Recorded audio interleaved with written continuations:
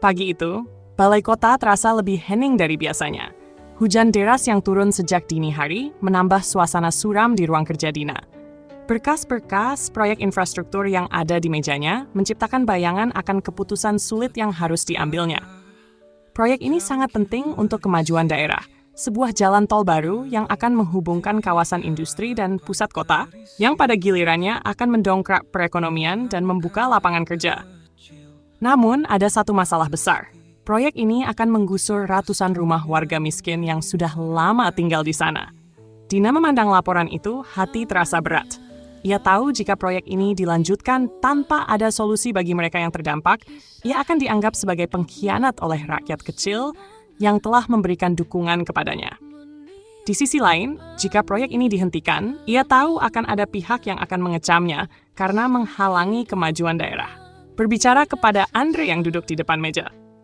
Andre, kamu tahu aku selalu berusaha untuk melakukan yang terbaik bagi orang-orang di sini.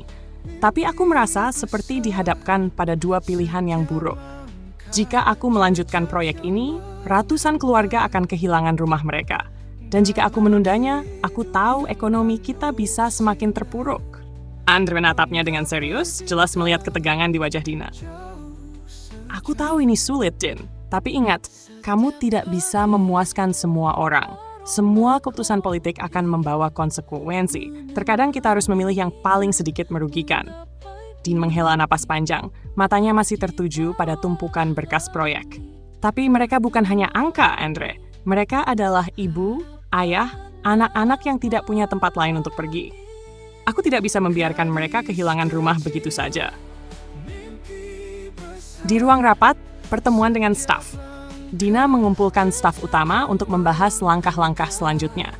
Beberapa wajah tampak cemas, sementara yang lain terlihat penuh harap. Kepala Departemen Prembih Pragmatis. Ibu Dina, kita sudah membahas ini berkali-kali. Proyek ini akan mempercepat pembangunan kota dan meningkatkan infrastruktur kita. Tanpa proyek ini, kita akan tertinggal jauh.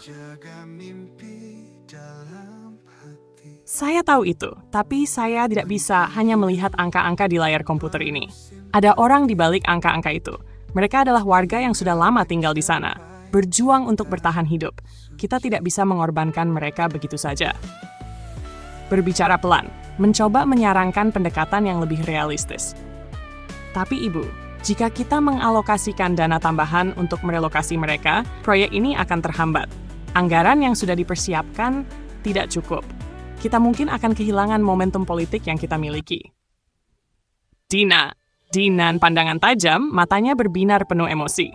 Saya lebih memilih proyek ini terhambat daripada kehilangan hati rakyat. Jika kita tidak mampu melindungi mereka yang paling rentan, lalu apa gunanya semua ini? Beberapa staf terlihat terkejut, sementara yang lainnya tampak khawatir dengan akibat yang akan datang. Namun, Dina tidak bisa mengubah prinsipnya. Ia tahu, inilah saatnya untuk mengambil keputusan yang benar, meski itu akan memengaruhi posisinya dalam politik. Di luar balai kota, ketegangan meningkat. Setelah pertemuan dengan stafnya, Dina berjalan keluar dari balai kota, berusaha menenangkan pikirannya yang kalut. Ratusan warga yang terancam digusur mulai mengirimkan pesan dan menunggu keputusan.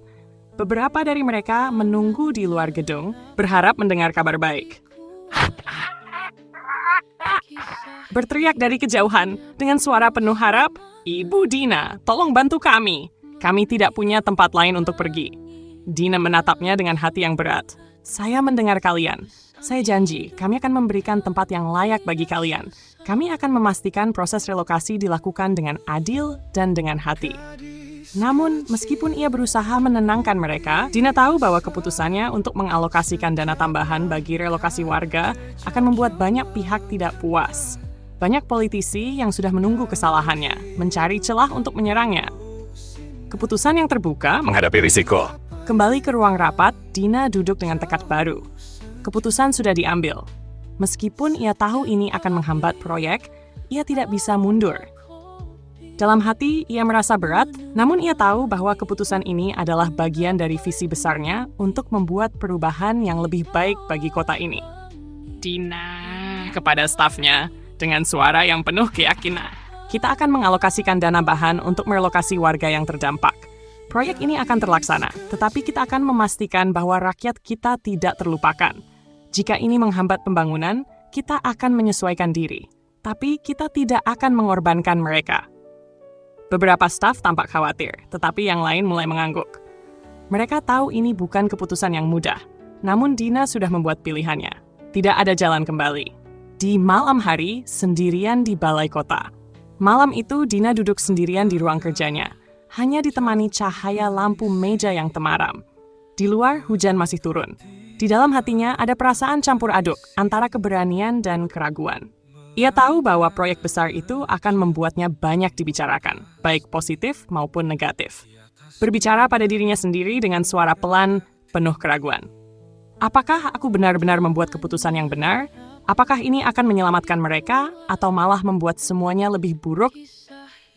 Namun, saat ia memandang foto-foto warga yang terancam kehilangan rumah, hatinya kembali mantap. Ia tahu ini adalah keputusan yang berat, tapi keputusan yang harus ia buat. Ia akan mempertaruhkan segalanya untuk rakyatnya, meskipun itu berarti jalan yang terjal dan penuh rintangan. Keputusan Dina untuk mengalokasikan dana tambahan dan merelokasi warga memang akan menghadirkan banyak tantangan. Tetapi ia tahu satu hal pasti. Dalam dunia politik, tidak ada yang lebih penting selain menjaga hati rakyat dan berjuang untuk mereka yang membutuhkan. Menggapai bintang jauh sejar.